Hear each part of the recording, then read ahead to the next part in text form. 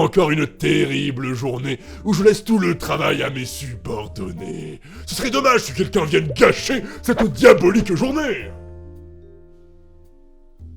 Putain, c'est fou, je pensais que quelqu'un allait venir m'interrompre dès que j'ai commencé à faire... Ah, et je le savais. Ah, qu'est-ce qui se passe encore? Positif, je viens déposifier une plainte. Et t'es qui, toi? Mais voyons, je suis Balbérite, démon secrétaire des enfers, gardien des serments et seigneur du district de l'ignorance.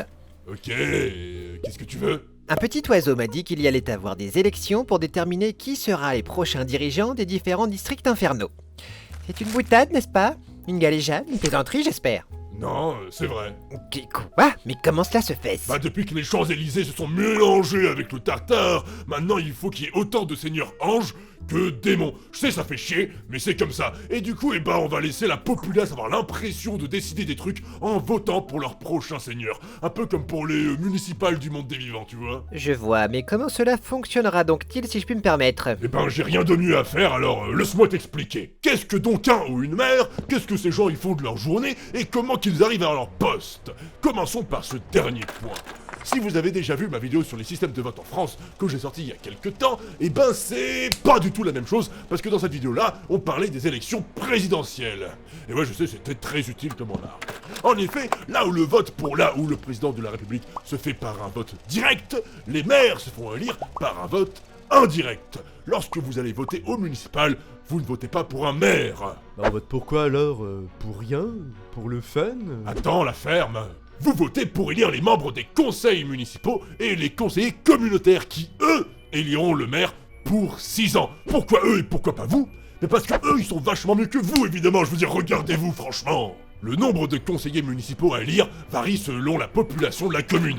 Ils étant de 7 pour les communes de moins de 100 habitants à 69 pour les communes comptant 300 000 habitants ou plus. À Paris, Lyon et Marseille, qui sont divisés en arrondissements ou en secteurs, il y a des règles spécifiques sur lesquelles on reviendra plus tard. C'est pareil en enfer. On a l'arrondissement de l'ignorance, de l'avarice, de l'orgueil, du désir, de la violence, de la ruse. On est une métropole multiculturelle et je trouve ça beau. Avant 2025, les communes de moins de 1000 habitants avaient des règles spécifiques également. Mais aujourd'hui, à part exception, le scrutin fonctionne de la même façon partout. C'est-à-dire un scrutin proportionnel de listes avec prime majoritaire. C'est donc une liste fixe où les électeurs ne peuvent pas ajouter ou retirer des noms sur la liste lors du vote et la liste doit respecter la parité avec une alternance entre hommes et femmes. Encore un truc de wokiste. Décidément, ils sont obsédés par les meufs, ces gens-là.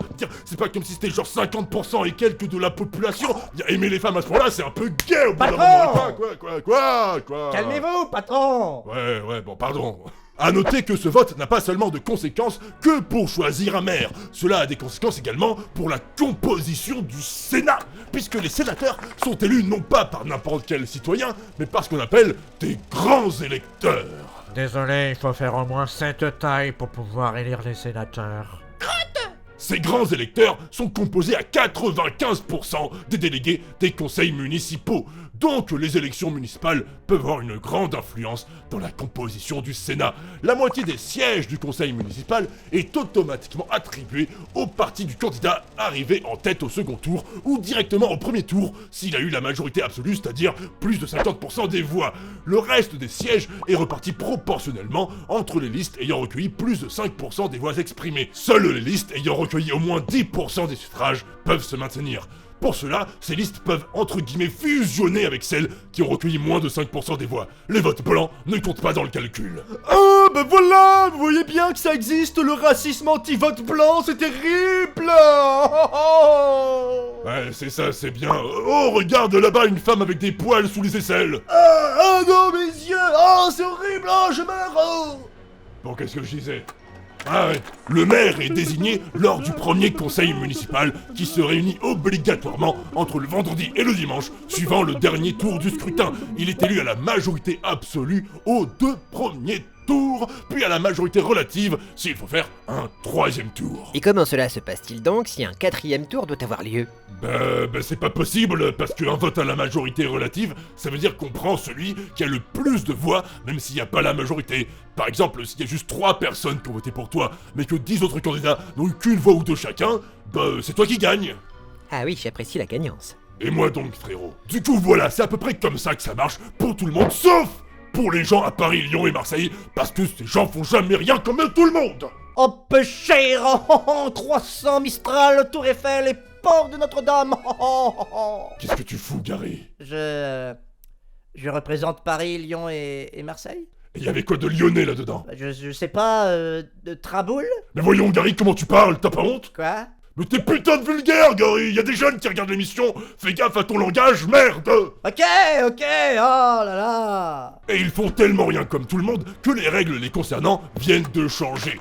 Jusqu'à présent, les électeurs des 3 plus grandes villes de France votaient dans chaque arrondissement ou secteur pour une liste de candidats. Les premiers de liste siégeaient alors à la fois au conseil d'arrondissement ou de secteur et au conseil de la mairie centrale. Depuis la réforme adoptée par le Parlement au début du mois de juillet 2025, il y a désormais 2 élections distinctes, donc 2 urnes. La première urne sert à élire les conseillers d'arrondissement ou de secteur. La seconde urne permet d'élire les membres du conseil de Paris et des conseils municipaux de Lyon et de Marseille. Et c'est donc eux, derrière, qui élisent le maire des différents arrondissements et tout. A noter qu'un même candidat peut se présenter aux 2 scrutins. C'est toujours bien d'avoir plusieurs casquettes. Moi, par exemple, je suis PDG des Enfers, seigneur du mal et du pas bien, conseiller en assurance, et même j'ai un diplôme en pomoculture. Ok, bravo. Merci. Les règles d'élection au premier et au second tour restent donc identiques à celles appliquées dans les autres communes. Ah, enfin, ils font comme tout le monde. Sauf qu'en fait, non! Twist inattendu! Ouais, y a vraiment beaucoup de suspense dans cette vidéo sur les élections municipales. Et ouais, pour l'élection des conseillers municipaux de la mairie centrale de ces grandes villes, la prime majoritaire est fixée à 25% au lieu de 50%. Enfin, dans les 58 communes de la métropole de Lyon, une urne supplémentaire doit être mise en place pour élire les conseillers métropolitains. Et donc, qui peut se porter candidat pour devenir maire de ces villes et arrondissements? Il y a les archidémons et les archanges tels que ma propre personne. Oui, en enfer, c'est comme ça que ça marche. Mais là, je parle des vrais gens de la vraie vie. Ah oui. On s'en fout un peu de non? Ouais, mais c'est eux qui regardent l'émission et qui donnent de la thune en financement participatif, alors faut faire un peu genre de s'intéresser à eux et à leurs problèmes quand même. Oh, comme avec les électeurs en sommitude. Voilà, t'as tout compris. Donc, qui peut donc être élu? Est-ce que n'importe qui peut se présenter? Vous avez tué mon maire. Non, Luc. Je suis ton maire. Non. C'est impossible. Et je vais transformer le centre-ville en rue piétonne interdite aux voitures. Pour se porter candidat, il faut être de nationalité française ou ressortissant d'un pays membre de l'UE, avoir 18 ans révolus le jour du scrutin et être inscrit comme électeur dans la commune ou à défaut y être contribuable. Les agents salariés d'une commune ne peuvent pas se présenter aux élections municipales dans la commune qui les emploie. De même, les magistrats des cours d'appel, des tribunaux judiciaires ainsi que les membres des tribunaux administratifs ne peuvent pas se présenter dans une commune située dans le ressort de leur juridiction. Les ressortissants européens peuvent être élus conseillers municipaux sans toutefois exercer les fonctions de maire ou d'adjoint. La fonction de maire, y compris celle de maire d'arrondissement, de maire délégué ou d'adjoint, ne peuvent pas être cumulées avec un mandat parlementaire. Par ailleurs, il est d'usage que les ministres renoncent à leur mandat de maire en cas d'entrée au gouvernement. N'est-ce pas? Bah, Hiro, tu croyais qu'on t'avait oublié, hein? Mais c'est pas parce que t'es plus Premier ministre qu'on pense plus à toi, mon coquin. Et qu'est-ce qu'il devient, lui, d'ailleurs? C'est une bonne question, ça. Il avait pas une affaire assez vénère au cul, lui? Ouais, je sais plus ce que c'était. Ah, c'est pétard. Ouais, je rame, là. Pétard. Rame. Ouais, bah, je sais plus. C'est pas de peau, quand même, hein.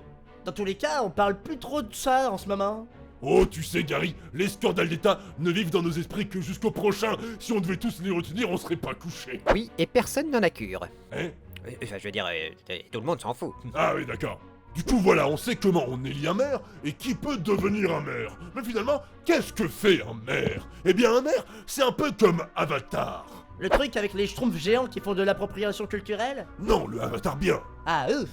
Un maire, c'est le pont entre le monde du gouvernement national et le monde de la politique locale. Sous l'autorité du préfet, il assure la publication des lois et règlements, l'exécution des mesures de sûreté générale, l'organisation des élections, ainsi que la légalisation des signatures. Il peut prendre des arrêtés ordonnant des mesures locales. Sous l'autorité du procureur de la République, le maire est officier d'état civil. Il est responsable de l'établissement et de la mise en place des actes civils. Bref, le maire se doit de faire appliquer localement les décisions prises par le gouvernement. En tant qu'agent exécutif de la commune, le maire exécute les décisions du conseil municipal. Ah, il les tue? Qui ça? Les décisions. Non. Ah, très bien. Il est le représentant de la commune devant la justice, il passe les marchés... Ah, donc il passe devant sans jamais y aller. Devant quoi? Les marchés. Mais ta gueule! Il signe des contrats, prépare et propose le budget, ordonne les dépenses et gère le patrimoine communal, plein de trucs comme ça. En outre, le maire est chargé des pouvoirs de police, et nous, sur la chaîne Diable Positif, on adore la police. Bref, comme on a pu le voir, le maire fait plein de trucs. Il peut décider de certaines choses, mais il doit surtout veiller à l'exécution des décisions de l'État et du conseil municipal. C'est pas le seul aux commandes, quoi.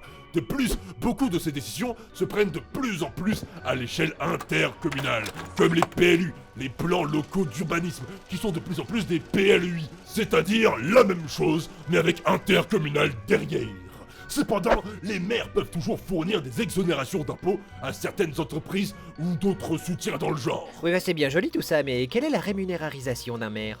Ah bah forcément, directement pour toi, c'est une question Ah, d'argent. vous savez, les chats ne font pas les chiens. Et le beurre ne font pas comme les petites marionnettes. Comment? Hein? Je sais pas pourquoi j'ai dit ça. Les maires n'ont techniquement pas de rémunération. Ah. Non, mais je me casse alors. Attends! Les maires ne reçoivent pas de salaire, mais ils reçoivent des indemnités non imposables. Selon le nombre d'habitants de leur commune, l'indemnité peut aller de 1048 € à 5960 € bruts.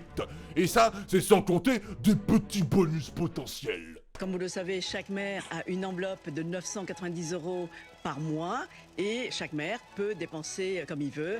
Donc moi, j'ai préféré effectivement m'acheter des fringues pour être bien sapé. Et d'ailleurs, je profite de l'occasion pour remercier tous nos concitoyens et concitoyennes qui travaillent et qui nous permettent d'avoir ces indemnités. Vous savez, y a pas d'argent magique, hein. Le problème de la France, c'est l'assistanat d'abord. Ah bah pour une fois, on est d'accord. Et en parlant de thunes, certains maires sont vraiment tels l'avatar, comme l'ancien maire d'Angoulême par exemple. L'urbanisme, les actes civils, la police, le budget. Seul le maire, maître de ces 4 éléments, pouvait exécuter les décisions du conseil municipal. Mais juste au moment où il a pu choper toute l'étude de la mairie, il disparut. 3 ans plus tard, on le retrouva en Argentine, un fils de nommé Jean-Michel Boucheron.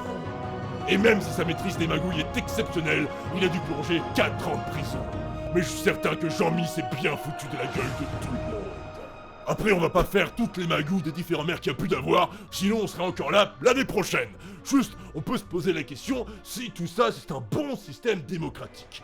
Et ben pour y répondre, je vous propose d'aller voir ma vidéo sur la démocratie, pardi. Oui, c'est quand même bien faire. Et donc cela est mon prochain objectivisme?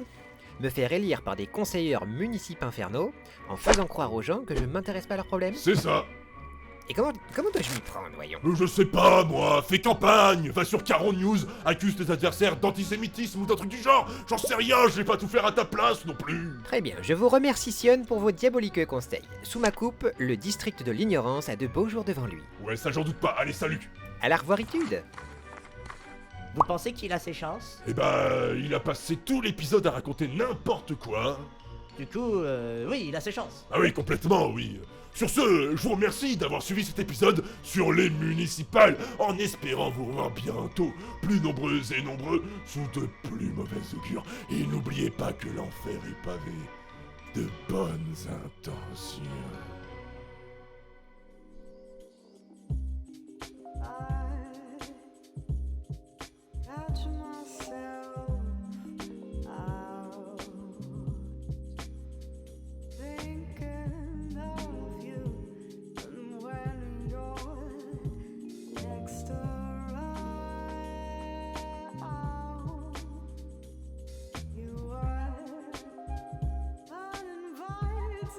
Avant 2025, les communes de...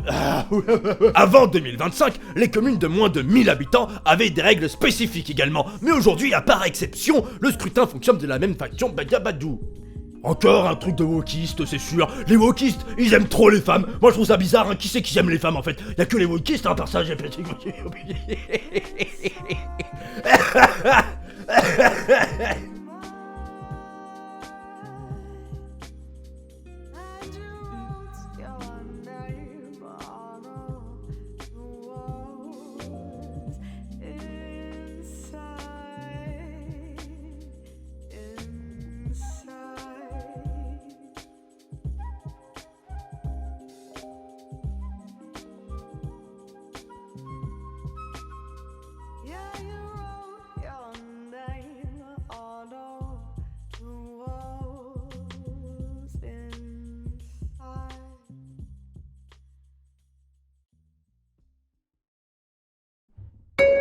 Monsieur Béris, vous venez de gagner les élections du district de l'Ignorance. Merci d'être avec nous ce soir. Remerciations à vous. Vous êtes accusé de corruption, de faux et d'usage de faux, de chantage, de mauvaise haleine, et est-ce qu'il paraît, vous dansez mal. Est-ce que vous avez d'autres qualités? Eh bien, que puis-je rajouter-je par exemple, je déteste les gens qui viennent d'étrangers et d'Islamistan. Ah ben je comprends mieux pourquoi vous avez eu un tel succès auprès de vos électeurs. Merci bien.